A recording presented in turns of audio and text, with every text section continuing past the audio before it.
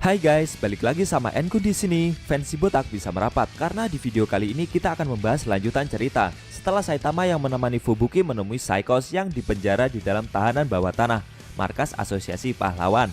Lebih tepatnya kita akan membahas review manga One atau webcomic One Punch Man chapter 99. Buat kalian yang belum lihat review chapter sebelumnya bisa klik link di pojok kanan atas video ini ya. Dan buat kamu yang cuma ngikutin animenya atau tidak mau kena spoiler, Mimin sarankan mending stop videonya aja dari sekarang.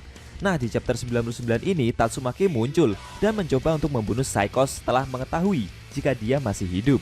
Oke, langsung aja kita bahas. Let's go!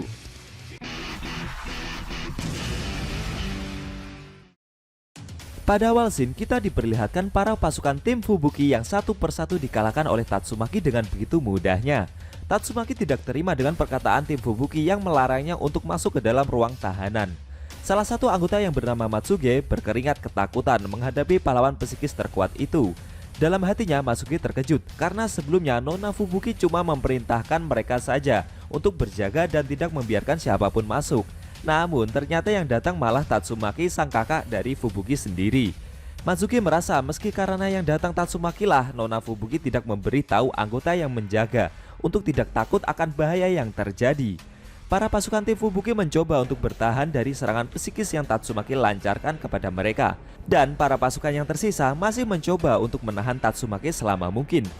Si Tatsumaki cukup heran karena dia sudah berbaik hati tidak membunuh mereka semua. Dan menurutnya Fubuki telah memerintahkan suatu hal kepada mereka. Tatsumaki memperingatkan para pasukan tim Fubuki jika mereka masih menghalangi jalannya untuk masuk, maka dia tidak akan mengampuni mereka lagi. Akan tetapi tiba-tiba para pasukan tim Fubuki yang tersisa itu berteriak lalu mengepung Tatsumaki sambil mengangkat tangan mereka. Secara mengejutkan, para pasukan yang tersisa itu seperti mampu mengeluarkan serangan psikis ke arah Tatsumaki guys. Dan jurus itu diberi nama Psychic Binding. Ternyata itu adalah jurus psikis yang Fubuki ajarkan kepada para anggotanya.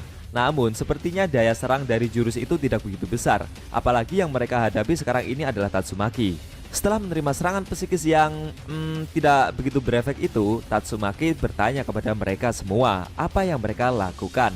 Lalu dengan mudahnya Tatsumaki menjatuhkan sisa pasukan yang ada. Bagi Tatsumaki, dia tidak merasakan serangan psikis apapun dari mereka barusan. Sepertinya Fubuki belum mengajari kekuatan psikis kepada mereka dengan benar. Dalam benaknya Tatsumaki tidak terima dengan apa yang Fubuki lakukan kepadanya. Dan dia akan memberi pelajaran kepada adiknya itu. Di sisi lain, lebih tepatnya di tahanan bawah tanah ya, Fubuki secara mengejutkan malah melancarkan kekuatan psikisnya untuk menghancurkan dinding sel tahanan dan membebaskan Psychos. Sontak, Psychos langsung terkejut dan kebingungan dengan apa yang Fubuki lakukan. Mendengar suara gemuruh dari dinding yang Fubuki hancurkan barusan, membuat sipir penjaga yang berada tidak jauh dari sel tersebut terkejut dan berlari menuju sel tempat Psychos berada. Fubuki merasa jika Tatsumaki sudah berada dekat dengan mereka dan dia mengajak Psychos untuk kabur sebelum kakaknya datang kemari. Sipir penjaga tahanan berlari untuk menghentikan aksi yang Fubuki lakukan. Namun dengan kekuatan psikisnya itu Fubuki berhasil menjatuhkan sipir tersebut dengan begitu mudahnya dan membuat si sipir pingsan. Lalu Fubuki mengajak Saitama juga untuk bergegas pergi meninggalkan lokasi ini. Tapi si botak malah bingung. Dia mengira jika kedatangan mereka adalah untuk mengalahkan Psychos, bukannya membawanya pergi. Fubuki berkata jika dia belum bisa menjelaskan detail kenapa dia mau membawa Psychos kabur, karena Saitama akan mengerti dengan sendirinya jika melihat kejadian yang akan terjadi setelah ini. Saitama bertanya-tanya siapakah orang yang akan datang dan Fubuki takuti itu.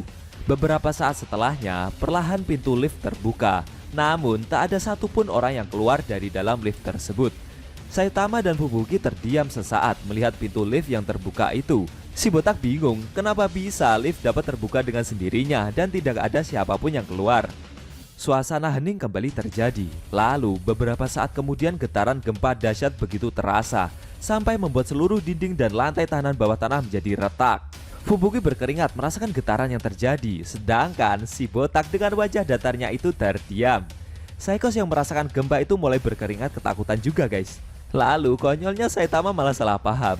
Dia mengira jika gempa yang terjadi ini adalah ulah dari orang yang menghancurkan rumahnya.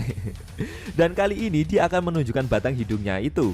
Tiba-tiba atap tahanan itu hancur dan datanglah Tatsumaki yang terbang diselimuti bola psikis hijaunya itu. Dengan ekspresi sombong, Tatsumaki bertanya kepada Psychos yang masih hidup, Lalu dengan cepat dia menggunakan telekinesisnya untuk menerbangkan bongkahan reruntuhan dan menjatuhkannya ke arah Saikos.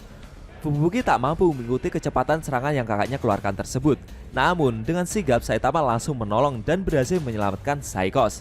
Kejadian barusan sampai membuat sandal yang Saitama pakai menjadi putus guys. Sedangkan Tatsumaki yang melihat refleks yang Saitama lakukan barusan terdiam membisu seakan terkejut dengan apa yang si botak berbuat.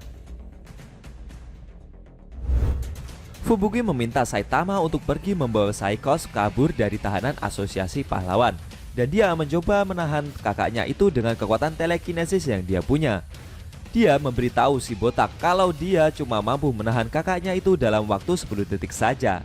Namun dengan mudahnya Tatsumaki mampu menghentikan serangan yang Fubuki lancarkan barusan, sampai membuat udara terhempas cukup kencang. Tatsumaki bertanya apakah yang adiknya lakukan. Apa jangan-jangan Fubuki ingin melindungi monster yang telah membuat keonaran besar itu?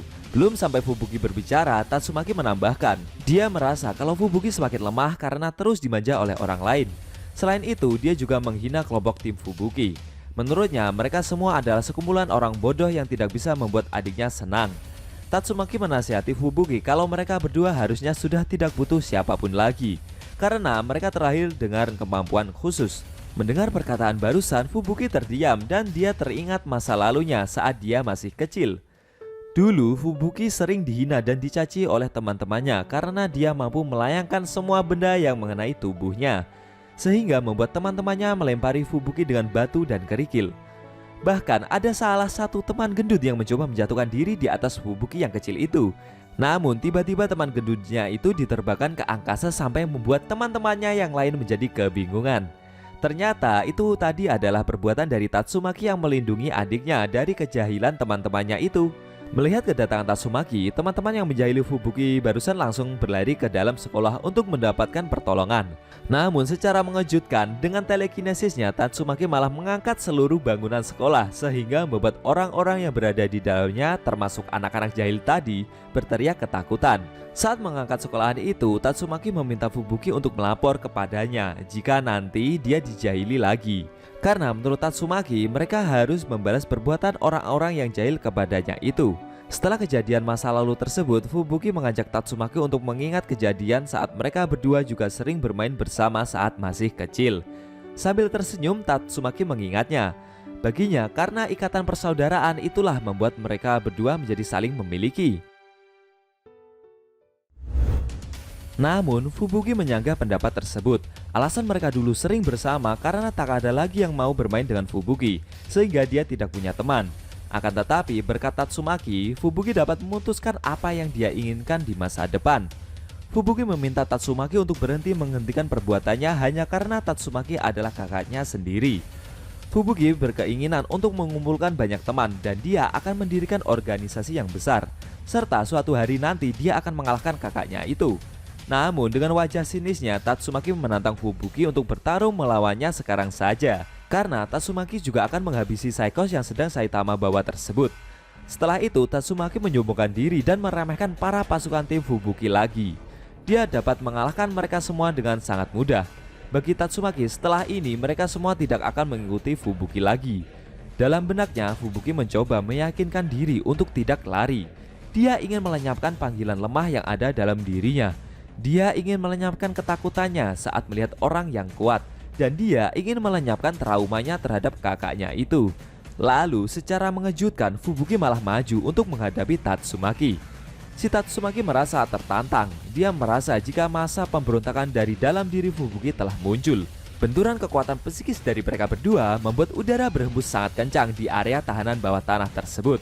Sedangkan si botak dengan wajah tanpa ekspresinya itu cuma melihat saja dan tidak berkata apa-apa. Secara tak terduga, untuk pertama kalinya Fubuki akan bertarung menghadapi Tatsumaki. Mampukah Fubuki mengalahkan pahlawan kelas S peringkat 2 itu? Dan bisakah dia bersama Saitama pergi dari asosiasi pahlawan dengan membawa Saikos? Sayang sekali, Shin Manga One chapter 99 telah berakhir.